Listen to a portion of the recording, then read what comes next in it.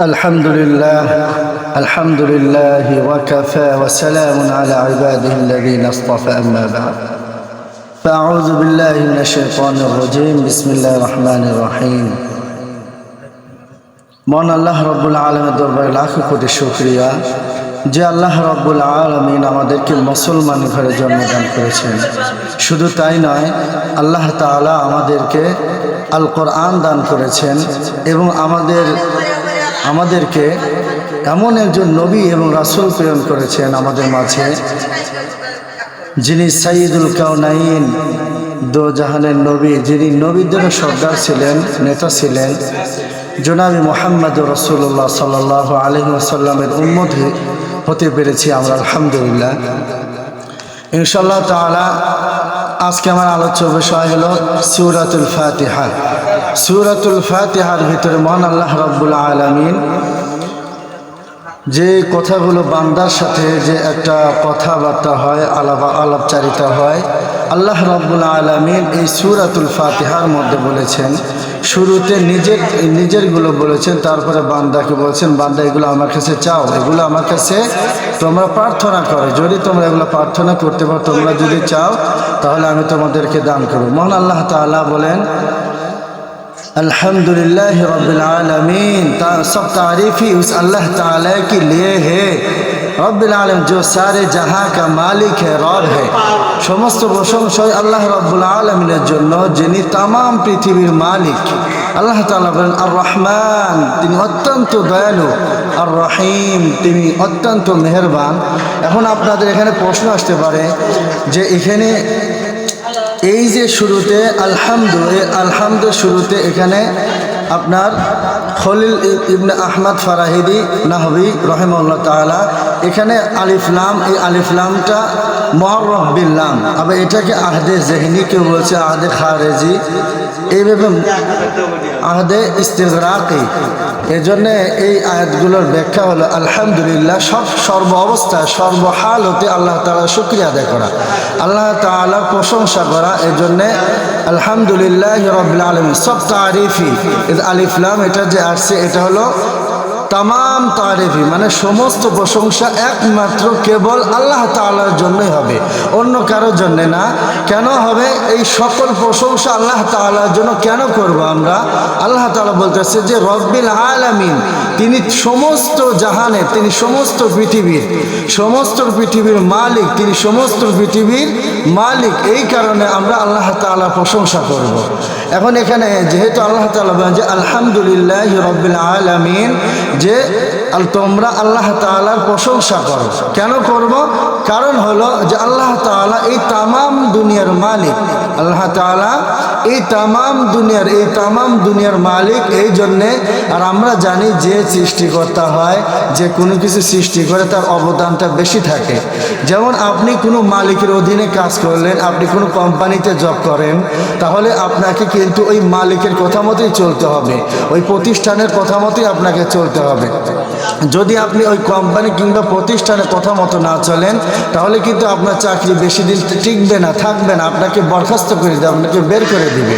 তদ্রূপভাবে আল্লাহ তাআলা এই সূরাতুল ফাতিহার প্রথম আয়াতে বলতেছেন যে আলহামদুলিল্লাহ রাব্বিল আলামিন, সকল প্রশংসা একমাত্র আল্লাহ তাআলার জন্য।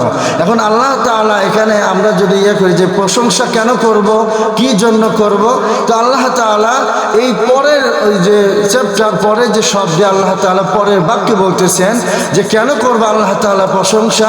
এই কারণে তুমি আল্লাহ তাআলা প্রশংসা করবা যে রব্বিল আলামিন, তিনি তামাম দুনিয়ার মালিক, তিনি এই জগতের মালিক, ওই জগতের তিনি সকল কিছুর মালিক।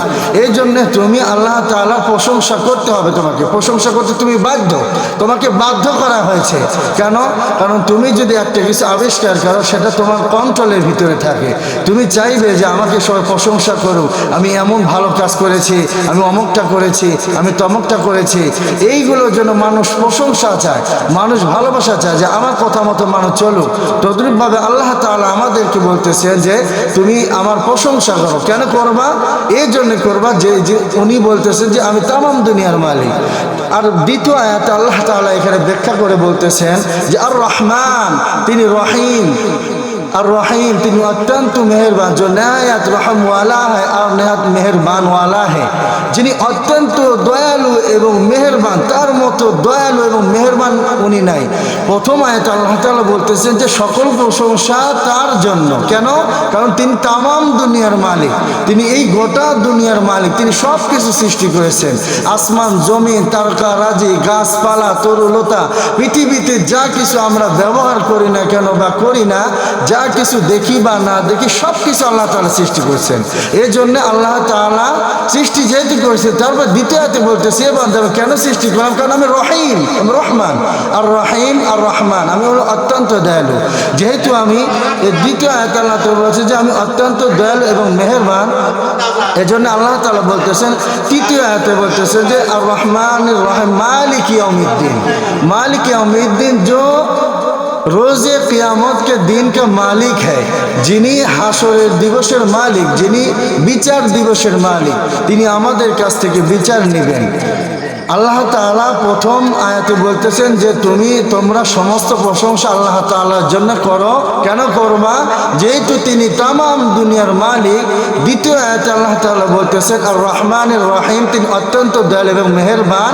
যেহেতু তিনি অত্যন্ত দয়ালু এবং মেহেরবান, তারপর তৃতীয় আয়াতে বলতেছেন যে মালিক ইয়াউমিদ্দিন, তিনি হলো বিচার দিবসের মালিক, তিনি হলেন বিচার দিবসের মালিক।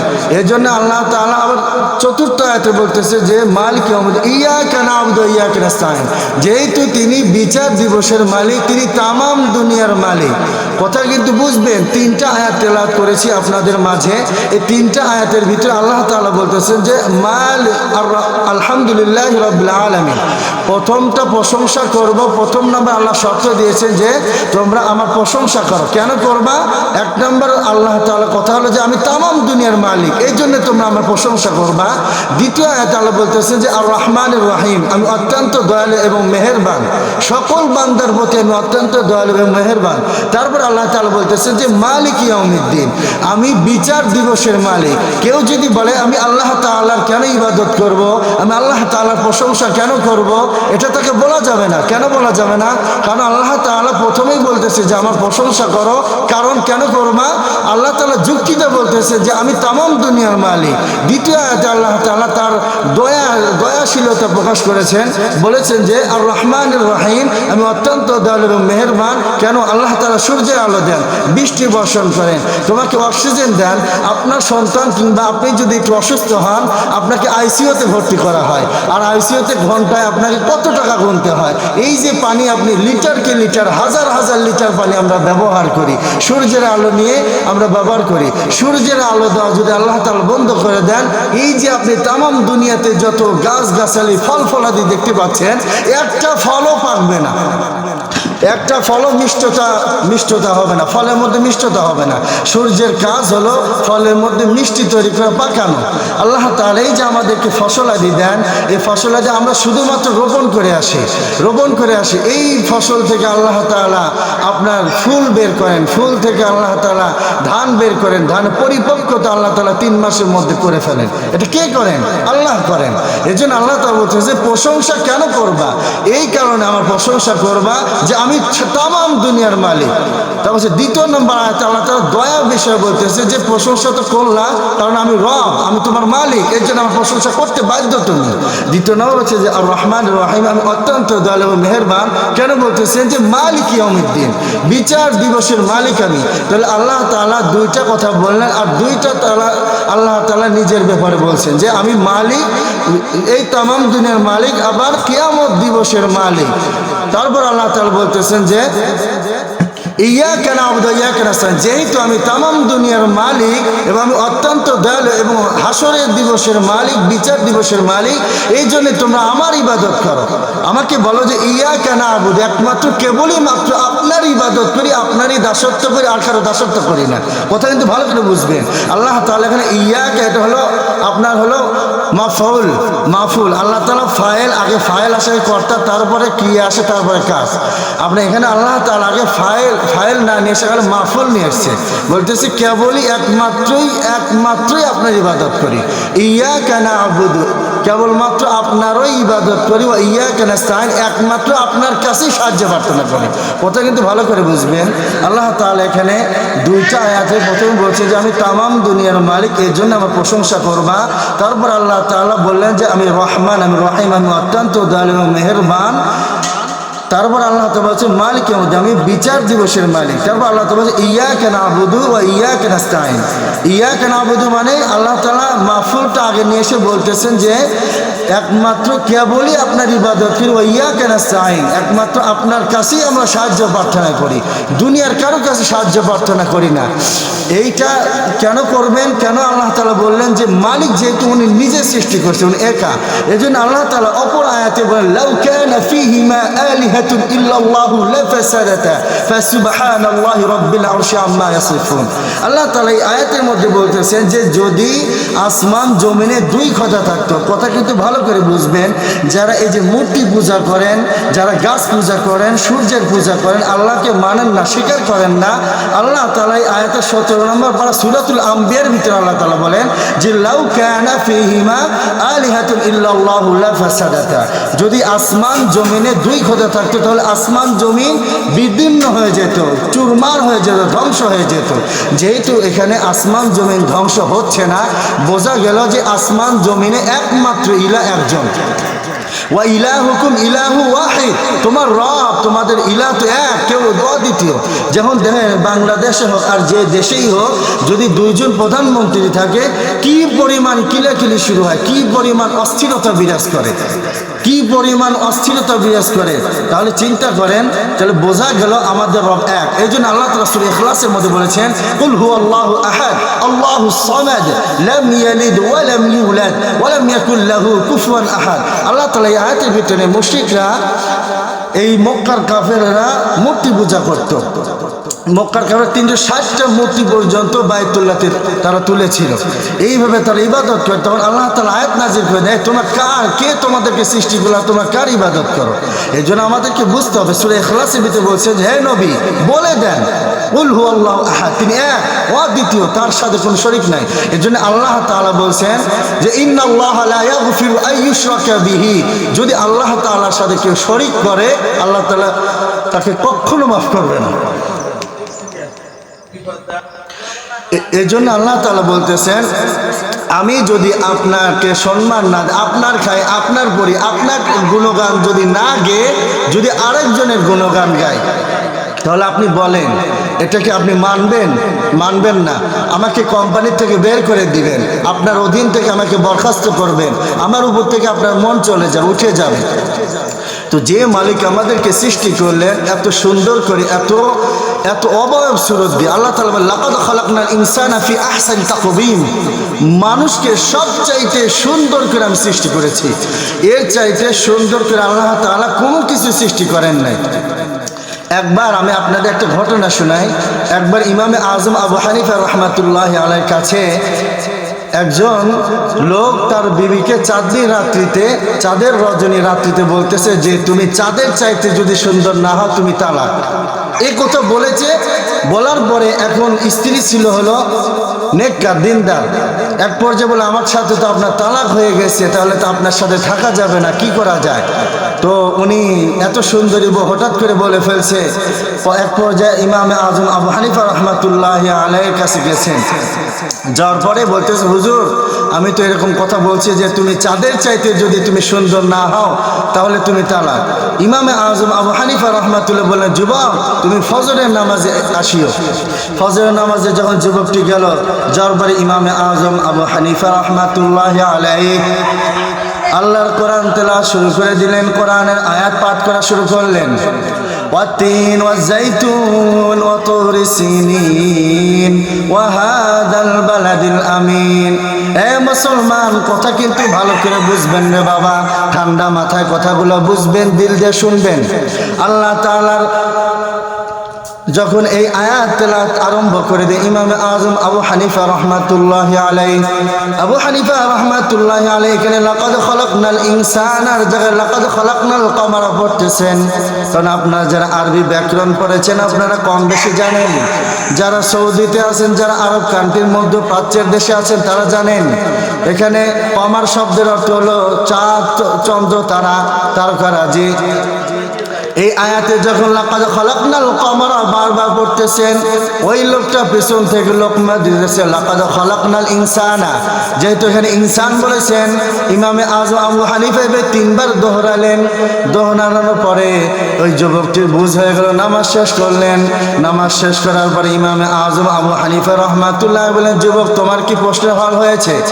হুজুর আমি পেয়ে গেছি, কারণ চাঁদের চাইতেও সুন্দর হলো মানুষ, এর জন্য আমার বউ তালাক হয় নাই। কি সাধারণ মানুষ এটা যদি শোনে বলি আল্লাহ তোমার বউ তালাক হয়ে গেছে। অন্য হুজুরও বলে দিয়েছে তোমার বউ তালাক হয়ে গেছে, কিন্তু ইমামে আজম আবু হানিফা বলছে যে তুমি বলছো যে চাঁদের চাইতে তুমি যদি সুন্দর না হও তাহলে তোমার বউ তালাক। সেই ক্ষেত্রে যেহেতু চাঁদের চাইতেও আল্লাহ তাআলা মানুষকে সুন্দর করেছেন, সুন্দর করে সৃষ্টি করেছেন, এই জন্য বউ কি হবে না, তালাক হয় না। এই জন্য মুহতারাম হাজিরিন, কোরআন বুঝতে হবে, হাদিস বুঝতে হবে।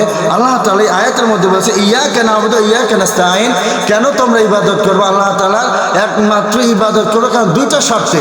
তিনি হলো তামাম দুনিয়ার মালিক, আর মালিকের কথা মতো যদি গোলাম কিংবা কোনো গোলাম যদি না চলে তার চাকরি থাকে না। থাকে না ভাই? থাকে না? থাকবে না? আপনাকে রাখবে নট চাকরি, আপনি থাকবে না নট, আপনাকে রাখবে না চাকরিতে।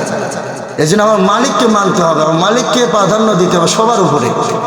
এই জন্য আল্লাহ বলছে আমি তামাম দুনিয়ার মালিক, শুধু তাই না আমি কিয়ামত দিবসের মালিক। এই জন্য তোমরা আমার কাছে আমার ইবাদত করো, ইয়াকা না'বুদু, আমার ইবাদত করতে তোমরা বাধ্য। অনেকে বোঝে না করার না দিস না, আপনারা কেন আমি আল্লাহ ইবাদত করব? এত সংসার, এত কিছু ঝামেলা, এত কিছু করে সময় পায় না। আরে ভাই কাকে আপনি ব্যস্ততা দেখান? আপনাকে মাত্র 1 ঘন্টা সময় দিছে, 5 ওয়াক্ত নামাজ, মাত্র 30 মিনিটও না। আপনার ফরজ নামাজ পড়তে 10-15 মিনিট টাইম লাগে, আপনার সুন্নত পড়তে কয় মিনিট টাইম লাগে? 10 মিনিট, সর্বোচ্চ আধা ঘন্টা। তো 5 ওয়াক্ত নামাজে আপনার 60 মিনিট, তো আধা ঘন্টা করে দিলে আল্লাহকে 24টা ঘন্টা আল্লাহ তাআলা আপনাকে দিয়েছেন। তাহলে আপনি আল্লাহকে কেন সময় দিবেন না? আল্লাহকে আপনি ব্যস্ততা দেখান, এত ব্যস্ত আপনি, আল্লাহকে ব্যস্ততা দেখাইতেছেন। আপনি কি চিন্তা করছেন কাকে ব্যস্ততা দেখাইতেছেন? আপনি আল্লাহ তাআলাকে ব্যস্ততা দেখে আমরা সংসার এই সেই অমুক তমুক নানান কিছু অজুহাত দিই, আমরা নানান কিছু বলি। কাকে অজুহাত দেখান আপনি? 24টা ঘন্টা দিচ্ছেন আল্লাহ তাআলা আপনাকে, মাত্র 5 ওয়াক্ত নামাজ দিচ্ছেন। আর 5 ওয়াক্ত নামাজ পড়ার সময় আপনার হয় না। মৃত্যুর পরে কি পড়বেন? আপনি মৃত্যুর পরে পড়বেন? এই জন্য আল্লাহ তাআলা বলতেছে যে আমি মালিক, আমার ইবাদত তোমার করতে বাধ্য। ইয়াকা না'বুদু ওয়া ইয়াকা নাস্তাঈন, কেবল একমাত্র আপনি ইবাদত করি। বান্দা তোমরা বলো আল্লাহ একমাত্র আপনারই ইবাদত করি, ইয়াকা নাস্তাঈন, একমাত্র আপনার কাছেই সাহায্য প্রার্থনা করি, আর কারো কাছে না। আর মালিক যে উনি সৃষ্টি করছেন, ওনার কাছেই ইবাদত করতে বলো, আবার ওনার কাছেই সাহায্য চাইতে হবে। ইহদিনাস সিরাতাল মুস্তাকিম, আল্লাহ আবার দোয়া শিখাইতেছেন, ও বান্দা যেহেতু আমারই ইবাদত করো, আমার কাছেই সাহায্য প্রার্থনা করো। এই জন্যে আল্লাহ তাআলা ইহদিনাস সিরাতাল মুস্তাকিম, হে আল্লাহ আমাদেরকে সিরাতে মুস্তাকিম, সরল সঠিক পথে পরিচালিত করো। আল্লাহ তাআলা বলতেছে যে ইহদিনাস সিরাতাল মুস্তাকিম, আমাদেরকে সরল সঠিক পথে পরিচালিত করো। আল্লাহ তাআলা বলছে সিরাতাল লাযিনা আনআমতা আলাইহিম, ওই সমস্ত লোকদেরকে আমাদের সঠিক পথ দেখান। আল্লাহ ওই সমস্ত লোকদের পথে আমাদের সঠিক পথ দেখান যারা আনআমতা আলাইহিম, যাদেরকে আপনি পুরস্কৃত করেছেন, যাদের উপরে আপনি অগণিত নিয়ামত বর্ষণ করেছেন, ওই সমস্ত লোকদের সঠিক পথ আমাদেরকে বাতলান, আমাদেরকে পথ দেখান। মালিক আমাদেরকে পথ দেখান। আল্লাহ তাআলা বলছে সিরাতাল লাযিনা আনআমতা আলাইহিম গায়রিল মাগদুবি, ওই সমস্ত লোকদের পথ দেখান না, ওই সমস্ত লোকদের পথ দিয়েন না আল্লাহ, মাগদুবি আলাইহিম ওয়ালাদ দাল্লিন, যারা পথভ্রষ্ট হয়েছে, যারা গোমরা হয়েছে। এখন প্রশ্ন আসতে পারে হুজুর মাগদুবি আলাইহিম ওয়ালাদ দাল্লিন, দাল্লিন এবং মাগদুব এরা কারা? এরা কারা? আল্লাহ তাআলা তো এখানে উল্লেখ করে করছেন। এখানে মুফাসসিরিনে কেরাম তাফসিরে জালালাইনের ভিতরে আছে, তাফসিরে ইবনে কাসিরের ভিতরে আসছে। মুফাসসির উনি বলছেন তাফসিরে ইবনে কাসিরের মধ্যে আসে যে এই আয়াতের ব্যাখ্যা হলো যে গায়রে মাগদুবি আলাইহিম, মাগদুব দ্বারা হলো ইহুদি নাসারার উদ্দেশ্য, ওয়ালা দাল্লিন দ্বারা খ্রিস্টান উদ্দেশ্য। যেমন আপনার হিন্দু আছে, বৌদ্ধ, খ্রিস্টান, সাঁওতাল, মাইটাল, হিন্দু, যতগুলো বেঈমান আছে, যতগুলো মুসলিম ছাড়া যতগুলো উপজাতি জাতি আছে, এদের কথা আল্লাহ তাআলা বলেছেন যারা অভিশপ্ত, যাদের উপরে আল্লাহ তাআলা ইতিপূর্বে গজব নাজিল করেছেন, আল্লাহ তাআলা এদেরকে যুগে যুগে শিক্ষা দিয়েছেন, তাদেরকে আল্লাহ তাআলা বলছে যে ওই সমস্ত লোকদের পথ দেখান না মালিক যাদের উপরে আপনার গজব নাজিল হয়েছে, যারা অভিশপ্ত, যারা কি অভিশপ্ত। এজন্য আল্লাহ তাআলা এই সূরাতুল ফাতিহার মধ্যে এই 7টি আয়াত যদি আমরা পালন করি তাহলে আল্লাহ তাআলার কাছে কোনো প্রশ্ন আসবে ফালা ইশকাল, কোনো ইশকাল আসবে না। আল্লাহ তাআলা ইবাদত করতে আপনি বাধ্য, আপনাকে করতেই হবে। আপনি বলবেন কেন ইবাদত করবো? আরে ভাই দেখেন না, আল্লাহ মালিক নিজে বলছেন যে আমি তামাম দুনিয়ার মালিক। এই দুনিয়াকে আপনি সৃষ্টি করছেন? আপনি তো একটা মাখলুকাতও সৃষ্টি, আপনি তো গাছের একটা পাতাও সৃষ্টি করতে পারবেন না। কির মালিক আপনি? আপনাকে আল্লাহ তাআলা অস্থায়ীভাবে মালিক বানাইছেন, অস্থায়ীভাবে মালিক বানাইছেন। আজকে মরলে আপনার জায়গা আরেকজনের নামে হয়ে যায়। কেন হবে? কেন আপনি কি জায়গা জমি নিয়ে যেতে পারেন না? টাকা পয়সা আপনি নিয়ে যেতে পারেন না? এই জন্যে আমাদেরকে বুঝতে হবে, কোরআন হাদিস বুঝতে হবে আমাদের। কোরআন হাদিস না বোঝার কারণে আর সমাজের এই অবস্থা, এত দুর্দশা, এত বেহাল অবস্থা। সমাজ যদি সমাজের মাঝে আল্লাহ কোরআন পড়তো, হাদিস পড়তো, সমাজটা আরও সুন্দর হইতো। কোরআন হাদিসের উপরে কোনো আপনার বিধিমালা নাই, কিচ্ছু নাই। কোরআন হাদিস মানতে হবে, আমাদের বুঝতে হবে। কোরআন হাদিস যদি আমরা মানি, যদি আমরা বুঝি, আলহামদুলিল্লাহ প্রতিটা আবার ওই সোনালী যুগ ফিরে আসবে, আবার কালিমার পতাকা উড্ডীন হবে। যদি আমরা নবীর সুন্নাহ বুঝি, আমার নবীর বিবি ছিল, সব কিছুই ছিল আমার নবী সংসার করেছেন, আমার নবী রাজনীতি করেছেন, আমার নবী সামাজিকভাবে চলাফেরা করেছেন, মানুষের সাথে লেনদেন, মুআমালাত, মুআশারাত সব কিছু করেছেন। আমার নবী যুদ্ধ করেছেন, আমার নবী A to Z বাজারঘাট করেছেন, খাওয়া দাওয়া করেছেন, সব কিছু করেছেন। তারপরে আমার নবীকে দেখতে পারেন নাই, নিজের আত্মীয় স্বজনই দেখতে পারেন নাই। আমার নবী শুধুমাত্র হক কথা বলার কারণে আমার নবীকে বাসার থেকে বের করে দিয়েছে। 3 বছর পর্যন্ত আমার নবীকে বয়কট করা হয়েছিল। শুধু তাই না মুসলমান, আল্লাহ তাআলা বলেন যে ইন্নাল্লাযীনা ইয়াকফুরুনা বিগাইরি হক, এই বনি ইসরায়েলের দলে না অনেক নবীকে অন্যায়ভাবে হত্যা করেছে শুধু হকের কথা বলার কারণে। ইমামে আযম আবু হানিফাকে হকের কথা বলার কারণে ওনাকে জেলখানার ভিতরে বাগদাদ শহরে ওনাকে বিষ পান করে মারা হয়েছে ভাতের সাথে। চিন্তা করেন, এত বড় একজন আলেম, এত বড় একজন ইমামে আজম ইমাম আবু হানিফা, যার মাযহাব তামাম দুনিয়ার মানুষ ফলো করে, তামাম দুনিয়ার মানুষ ফলো করে, 1 নম্বর মাযহাব, সেই ইমামকে বিষ পান করে ভাতের সাথে মারা হয়েছে। কি কারণে জানেন? কারণ ওনাকে কাজীর দায়িত্ব দেওয়া হয়েছিল, বিচারকের দায়িত্ব দেওয়া হয়েছিল। উনি এই কারণে বিচারকের দায়িত্ব নেন নাই যে আমি বড় লোক এবং গরিবের মাঝে ইনসাফ কায়েম করতে পারবো না, কারণ বড় লোকেরা টাকা দিয়ে বিচার থেকে খালাস পেয়ে যাবে আর গরিবদের উপরে অত্যাচার হবে, টাকা পয়সা দিতে পারবে না, এই বিচার আমি করতে পারবো না। আর আমি আপনি হলে বিচারের দায়িত্ব আগে নিতাম।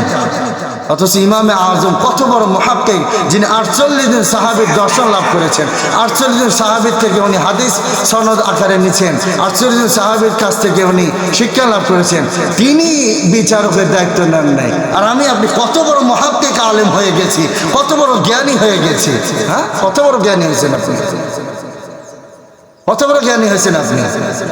আহমদ বিন হাম্বল রাহমাতুল্লাহ, ইমাম মালিক কথা বলার কারণে ওখানে গাধার পিঠে সওয়ার করে দেশান্তর করা হয়েছে।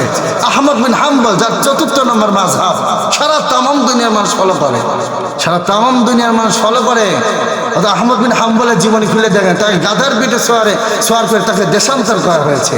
শুধু তাই না, ওমর ইবনুল খাত্তাবকে আবু লুলু খঞ্জর দিয়ে পিছন দিয়ে হত্যা করেছে, ওসমানকে হত্যা করেছে, আমার নবীকে কত অপমানিত লাঞ্ছিত করেছে। এই যে লা ইলাহা ইল্লাল্লাহ, এই ইল্লাল্লাহর দাওয়াত দেওয়ার কারণে।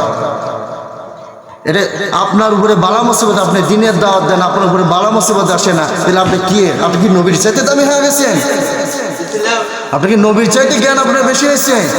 আপনি মসজিদে বসে বসে তসবিহ টিপবেন, আপনি তাবলীগের কাজ করবেন না, আপনি ভালো ভালো খাবেন, পোলাও খাবেন, বিরিয়ানি খাবেন, আপনার কোনো বাধা আসতেছে না।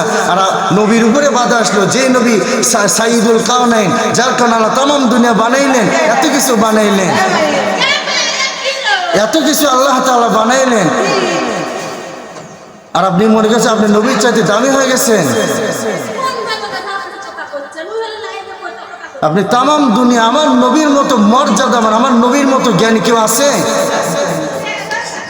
আমার নবী কেউ আছেন? নাই। আমার নবী দেন কত কষ্ট করেছেন। উনি 43টা সারিয়া যুদ্ধে উনি 73টা যুদ্ধে নিজে অংশগ্রহণ করেছেন। আমার নবীর জিন্দেগি খুলে দেখেন। বিবি খাদিজা সর্ব অবস্থা আল্লাহ, বিবি খাদিজা এত অর্থ সম্পদ ছিল, সব আল্লাহর নবীর পায়ে ঢেলে দিছে। ও নবী আপনি খরচ করেন। এমন বিবি পাবেন, আপনি পাবেন এই জমানায়, পাবেন। উনি ধনাঢ্য মহিলা ছিলেন, স্বামীর জন্য সব ব্যয় করেছেন, ইসলামের জন্য সব ব্যয় করেছেন। আপনি জীবনী খুলে দেখেন, সিরাত ইবনে হিশাম খুলে দেখেন। আমি তো সব দলিল দিতেছি আপনাদেরকে। সিরাত ইবনে হিশাম খুলে দেখেন, খেলাফতে রাশেদা খুলে দেখেন, খেলাফতে বনু উমাইয়া খুলে দেখেন, খেলাফতে বনু আব্বাস খুলে দেখেন। খুলে দেখেন নাকি? পড়েন, ভালো করে পড়েন, বোঝার চেষ্টা করেন, তাহলে বুঝে আসবে আমাদের। আমার নবী কত কষ্ট করেছেন। আমার নবী দিনের দাওয়াত দিতে কত বাধা আসছে, আর আপনি দিনের দাওয়াত দিতে আপনার বাধাই আসে না। আপনি হক কথা বললে আপনার উপরে অত্যাচার হয় না, আপনার উপরে জেল জুলুম হয় না, তাহলে আপনি কি এর হক? হক কথা বললে বালা মুসিবত আসবে, ধৈর্য ধারণ করতে হবে। এই জন্য আল্লাহ তাআলা বলেন, ইয়া আইয়ুহার রাসূল, হে আমার রাসূল, বাল্লিগ, আপনি পৌঁছে দেন, মা উনজিলা ইলাইকা মির রাব্বিক, जो नाजिल किया गया हो अपनी रब की तरफ से, যা কিছু নাজিল করা হয়েছে আপনার প্রভুর পক্ষ থেকে, আপনি এগুলো পৌঁছে দেন নবী, পৌঁছে দেন। ও নবী, ওয়া ইল্লাম তাফআল, ও নবী এমনটা যদি আপনি না করেন, ফামা বাল্লাগতা রিসালাতাহু, তাহলে আপনি রিসালাতের দায়িত্ব পালন করেন নাই। এক পর্যায়ে এই যে রিসালাতের দায়িত্ব যে আল্লাহ তাআলা দিলেন, আল্লাহ তাআলা আদেশ করে, ইয়া আইয়ুহার রাসূল, হে আমার রাসূল, বাল্লিগ, আপনি পৌঁছে দেন, মা উনজিলা ইলাইকা মির রাব্বিক, जो अपनी रब की तरफ से नाजिल किया गया हो, যা কিছু আপনার রবের পক্ষ থেকে আপনাকে নাজিল করা হয়েছে, এগুলো আপনি পৌঁছে দেন। কেন পৌঁছাবেন? কেন? ওয়াইল্লাম তাফআল, কারণ আপনাকে নবুয়তের দায়িত্ব দেওয়া হয়েছে, রিসালাতের দায়িত্ব। মানুষ আপনাকে অনেক কথা বলবে, কটু কথা বলবে, নানান কথা বলবে। ফাসবির সবরান জামিলা ইন্নাহুম ইয়ারাউনাহু বাঈদা, আপনাকে ধৈর্য ধারণ করতে হবে। আপনি আইয়ুব নবীর দিকে দেখেন না, ওনার 12টা বিবি ছিল, সব বিবি একে একে চলে গেছে। বিবি রহিমা ছিলেন, আল্লাহ অঢেল সম্পত্তির মালিক বানিয়েছে, শয়তানের দিকে সহ্য হয় না। শয়তান বলে, আল্লাহ আইয়ুব আলাইহিসসালামকে আপনি বাদশাহ বানিয়েছেন, এই জন্য আপনি ইবাদত করে। না, আমার আইয়ুব এরকম না, আমার আইয়ুব আমার ভক্ত, আমার কথা ওকে গরিব বানান। এমনকি মুসলমান, আপনার ইতিহাস জানেন, ওনার সারা শরীরে পোকা দান করেছেন আল্লাহ তাআলা। যেদিন জিহ্বা আসছে, আইয়ুব নবী বলে, আল্লাহ এই জিহ্বা দিয়ে নেই, জিহ্বা আপনাকে আল্লাহ আল্লাহ বলে ডাকে। এই জিহ্বা আল্লাহ খুশি হয়ে গেছে। শয়তানকে, এই শয়তান দেখ আমার আইয়ুব কেমন, তুই তো বললি যে আইয়ুব টাকা পয়সার কারণে, আইয়ুব ধন সম্পত্তির কারণে আমাকে ভালোবাসে, দেখ দেখে আমার আইয়ুবকে, দেখ কত বড় ঈমান। এই আইয়ুব আলাইহিস সালাতু ওয়াস সালাম মানে ওমানে ঘুমাইতেছেন। এ মুসলমান, এই জন্য আল্লাহ তাআলা যখন নবীকে রিসালাতের দায়িত্ব দিয়েছেন, আল্লাহ তাআলা বলেন যে ও নবী, রিসালাতের দায়িত্ব পালন করতে গিয়ে আপনার উপর অনেক বাধা আসবে, অনেক অত্যাচার আসবে, অনেক জুলুম আসবে। তখন আপনাকে আপনার দায়িত্ব কি? আল্লাহু ইয়াসিমুকা মিনান নাস। আমরা জানি নাস এটা মানুষ সকল, শুনে বহু বছর আসে নাস, ও নবী আল্লাহু ইয়াসিমুকা মিনান নাস, প্রত্যেকটা মানুষের বালা মুসিবত থেকে, অত্যাচার থেকে, জুলুম থেকে, সব কিছু থেকে আল্লাহ তাআলা আপনাকে হেফাজত করবেন। আল্লাহ তাআলা বলেন যে ইন্নাল্লাহা লা ইয়াহদিল কওমাল কাফিরিন, আল্লাহ তাআলা কাফের সম্প্রদায়কে হেদায়েত দেন না। ইন্নাল্লাহা লা ইয়াহদিল কওমাজ যালিমিন, আল্লাহ জালিম সম্প্রদায়কে কোনদিন হেদায়েত দেন না। ও নবী ছেড়ে দেন, আমহিলহুম রুয়াইদা। আল্লাহ তাআলা আবার পরে আয়াতে বলছেন লা ইকরাহা ফিদ্দীন, দ্বীনের ব্যাপারে কোনো জবরদস্তি নাই। প্রিয় দোস্ত বুজুর্গ, এজন্য আমার দায়িত্ব হলো পৌঁছা দেওয়া। ওমা আলাইনা ইল্লাল বালাগুল মুবিন, একমাত্র দায়িত্ব আমার পৌঁছা দেওয়া। ইনশাআল্লাহ এই যে সূরাতুল ফাতিহা থেকে সামনে থেকে প্রতিটা আয়াত কোরআন শরীফের 6000 আম্মা জান আয়েশা সিদ্দিকা রাদিয়াল্লাহু তাআলা আনহার পক্ষ থেকে ওনার রিওয়ায়াতে আসছে যে আল্লাহ তাআলা কোরআন শরীফের মধ্যে 6666 আয়াত নাযিল করেছেন। প্রতিদিন ইনশাআল্লাহ এক একটি আয়াতের ব্যাখ্যা এক একটি আলোচনা আপনারা ইনশাআল্লাহ শুনতে পারবেন প্রতিদিন। এইভাবে 6766 আমি মঈনুদ্দিন সিরাজি যদি জিন্দা থাকি ইনশাআল্লাহ প্রতিটা আয়াতের প্রতিটা হাদিসের ব্যাখ্যা প্রতিদিন আপনাদেরকে শোনাবার, আপনারা এগুলো আমল করার চেষ্টা করবেন ইনশাআল্লাহ তাআলা। এই জন্য আমার নবীর উপরে কত কষ্ট গেছে, আর আপনার উপরে কোনো অত্যাচার আসে না, হক কথা বলে আপনার উপরে কোনো জুলুম আসে না, নির্যাতন আসে না। আরে ভাই ওটা কি দাওয়াত হলো আপনার? আমার নবীর দিনের দাওয়াত দিতে গিয়ে দান মোবারক শহীদ হয়েছে। আমার নবী দিনের দাওয়াত দিয়ে 3 বছর পর্যন্ত ঘাসের লতা পাতা খাইতে হয়েছে। আমার নবীর জীবনী খুলে দেখে না। এজন্যে আমাদেরকে দিনের পথে কষ্ট করতে হবে, তাবলীগ করতে হবে, আমাদের ঈমান আমল মজবুত করতে হবে। যদি আমরা এগুলো করতে পারি ইনশাআল্লাহ তাআলা আল্লাহ তাআলার নুসরত আসবে। নাসরুম মিনাল্লাহি ওয়া ফাতহুন করিব ওয়া বাশশিরিল মুমিনিন। আমরা অনেক সময় হতাশ হয়ে যাই, সফলতা আসার আগে হতাশ হয়ে যায়। আল্লাহকে পাইতেছি এমন একটা অবস্থা হয়ে গেছে, তখন আমাদের ধৈর্য হারা হয়ে যায়, তখন আমরা কি করি? সরে আসি। এজন্য আল্লাহ তাআলাকে পাইতে গেলে কষ্ট করতে হবে, মুজাহাদা করতে হবে, মারিফাত শরীয়ত তরিকত হাকিকত মারিফাত এগুলো বুঝতে হবে। এজন্য শরীয়তের দলিল ভাই 4টা, কিতাবুল্লাহ, সুন্নাত, ইজমা, কিয়াস, এই 4টা বুঝতে হবে আমাদের। উসুল শাসি পড়ে দেখেন, হেদায়ার মাসালা পড়ে দেখেন, উসুল শাসির ভিতরে কি বলছে? শুরুতে বলছে যে দলিলু শারাঈ আরবাআতুন, এমনি আসছে, কিতাবটা খুলে দেখেন। দলিলু শারাঈ আরবাআতুন, শরীয়তের দলিল হলো 4টা, কিতাবুল্লাহ ওয়া সুন্নাত রাসূলি, ইজমা, কিয়াস। এগুলো আমাকে বুঝতে হবে, মানতে হবে, এজন্য আমাকে বুঝতে হবে। আল্লাহ তাআলা আমাদেরকে তৌফিক দান করেন। সাহাবায়ে কেরামদের মধ্যে এমন কষ্ট আসছে, তো তার কি বলছে জানেন? যে মাতা নাসরুল্লাহ, আল্লাহ সাহায্য কখন আসবে? এজন্য আল্লাহ মাসসাতহুমুল বাসা, তারা কষ্ট ক্লেশের মধ্যে তাকে স্পর্শ করছে, তারা যুদ্ধ করেছে, খাবার নাই, দাবার নাই, পোশাক নাই, গোসল নাই, কত কষ্ট। মাসসাতহুমুল বাসা ওয়া দাররা ওয়া যুলজিলু হাত্তা ইয়াকুলা রাসূল ওয়াল্লাযিনা মাআহু, নবীর সাথে যখন তাদের দেখা হয়েছে তখন বলে মাতা নাসরুল্লাহ, আল্লাহর সাহায্য কখন আসবে? আর তো সহ্য হয় না, অধৈর্য হয়ে গেছি আমরা। সাহাবায়ে কেরামের জবানকে চিন্তা করেন, আমার নবী জিন্দা, এই মতো অবস্থা আমার নবীর সাথে থাকেন, তারপর বলছেন মাতা নাসরুল্লাহ। কোন পর্যায়ে গেলে অত অধৈর্য হলে সাহাবায়ে কেরাম পর্যন্ত বলতেছে যে মাতা নাসরুল্লাহ। আর